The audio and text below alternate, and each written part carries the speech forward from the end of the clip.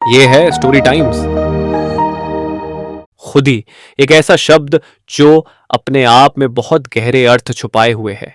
यह कहानी प्रेमचंद द्वारा लिखी गई है, जो हिंदी साहित्य के अद्वितीय कथाकार माने जाते हैं। उनकी लेखनी ने जीवन के विभिन्न पहलुओं को इतनी सजीवता से उकेरा कि हर पाठक उसमें अपना अक्स देख सके। प्रेमचंद की रचनाएं इंसान की भावनाओं, संघर्षों और उनकी जीत की कहानियों का अनमोल खजाना है। इस कहानी की नायिका मुन्नी है, जो बचपन में अनाथ हो गई और गरीबी की छांव में पल बढ़कर गांव की सबसे सुंदर और मोहक स्त्री बन गई। लेकिन उसकी सुंदरता के पीछे छुपा दर्द, उसकी आत्मा की तलाश और वफा की आस किस हद तक जाती है?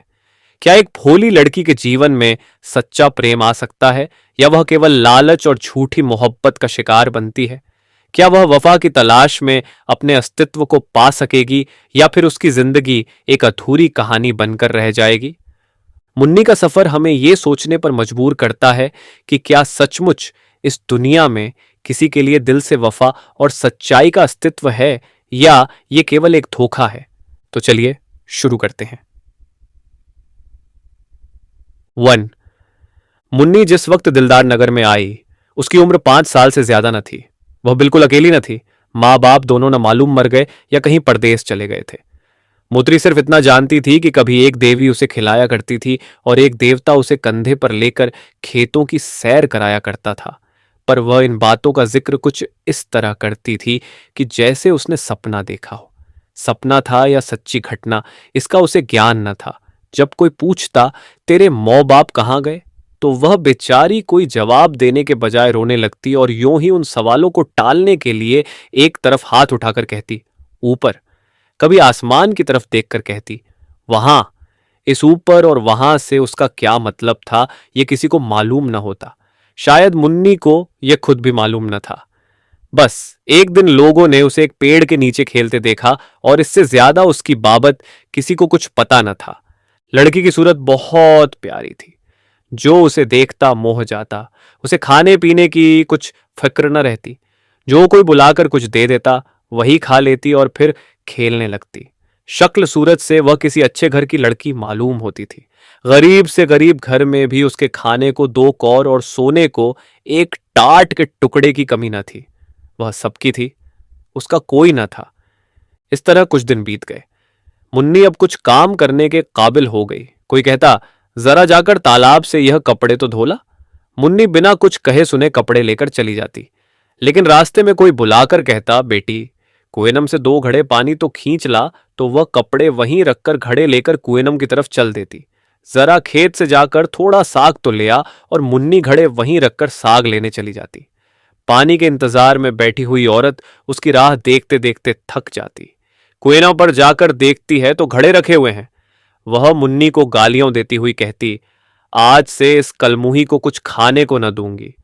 कपड़े के इंतजार में बैठी हुई औरत उसकी राह देखते देखते थक जाती और गुस्से में तालाब की तरफ जाती, तो कपड़े वहीं पड़े हुए मिलते। तब वह भी उसे गालियां देकर कहती, आज से इसको कुछ खाने को न दूंगी। इस तरह मुन्नी को कभी कभी कुछ खाने को न मिलता, और तब उसे बचपन याद आता, जब वह कुछ काम न करती थी और लोग उसे बुलाकर खाना खिला देते थे। वह सोचती, किसका काम करूं, किसका न करूं। जिसे जवाब दूं वही नाराज हो जाएगा। मेरा अपना कौन है, मैं तो सबकी हूं। उसे गरीब को यह न मालूम था कि जो सबका होता है वह किसी का नहीं होता।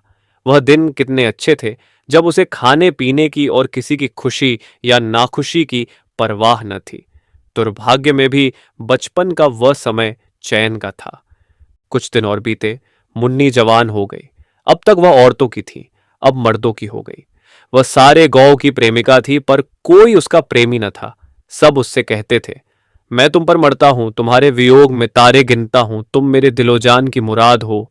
पर उसका सच्चा प्रेमी कौन है, इसकी उसे खबर न होती थी। कोई उससे यह न कहता था कि तू मेरे दुख दर्द की शरीक हो जा।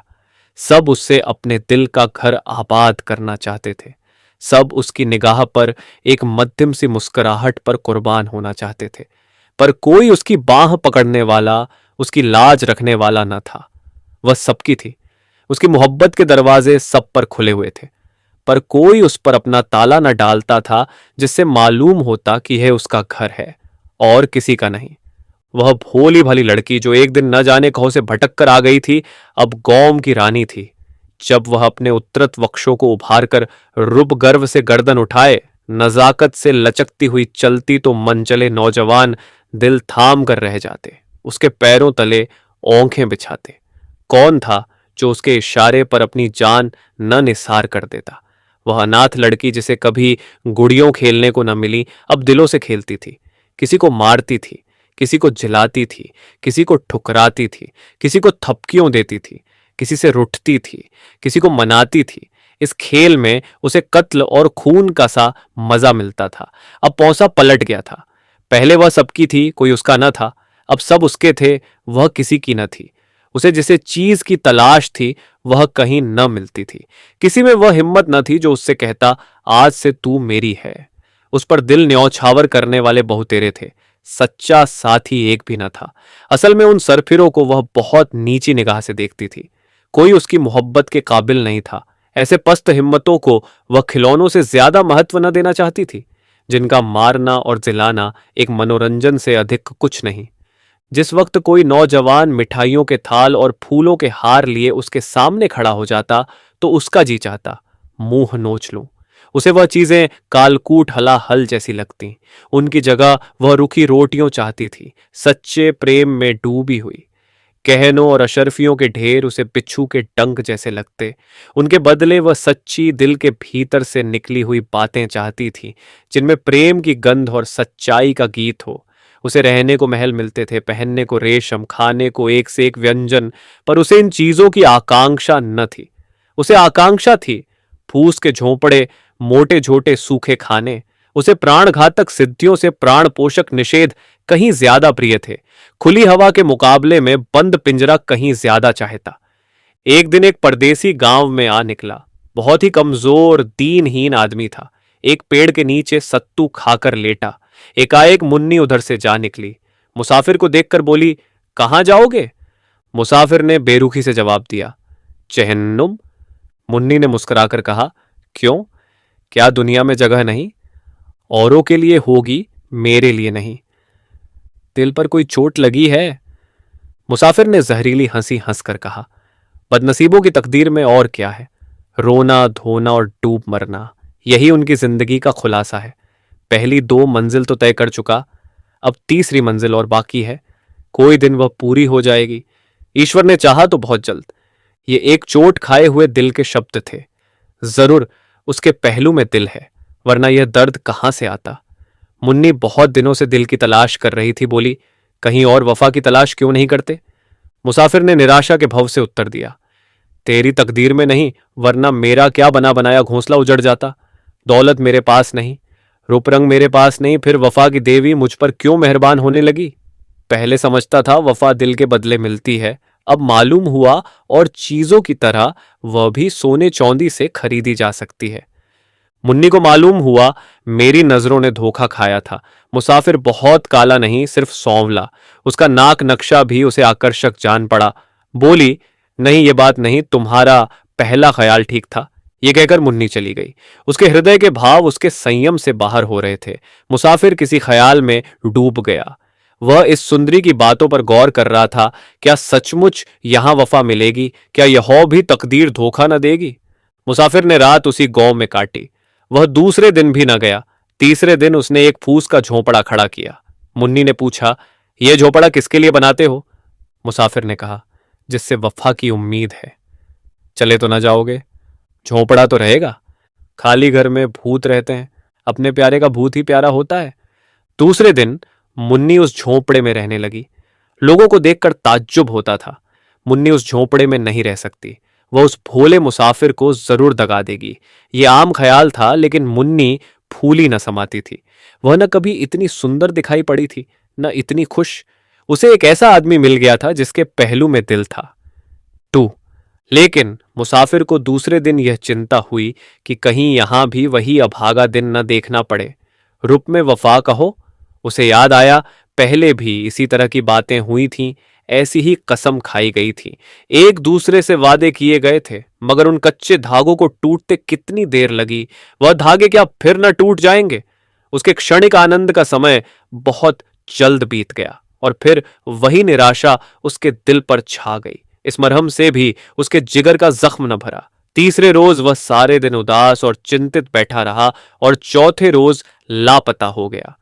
उसकी यादगार सिर्फ उसकी फूस की झोंपड़ी रह गई। मुन्नी दिन भर उसकी राह देखती रही।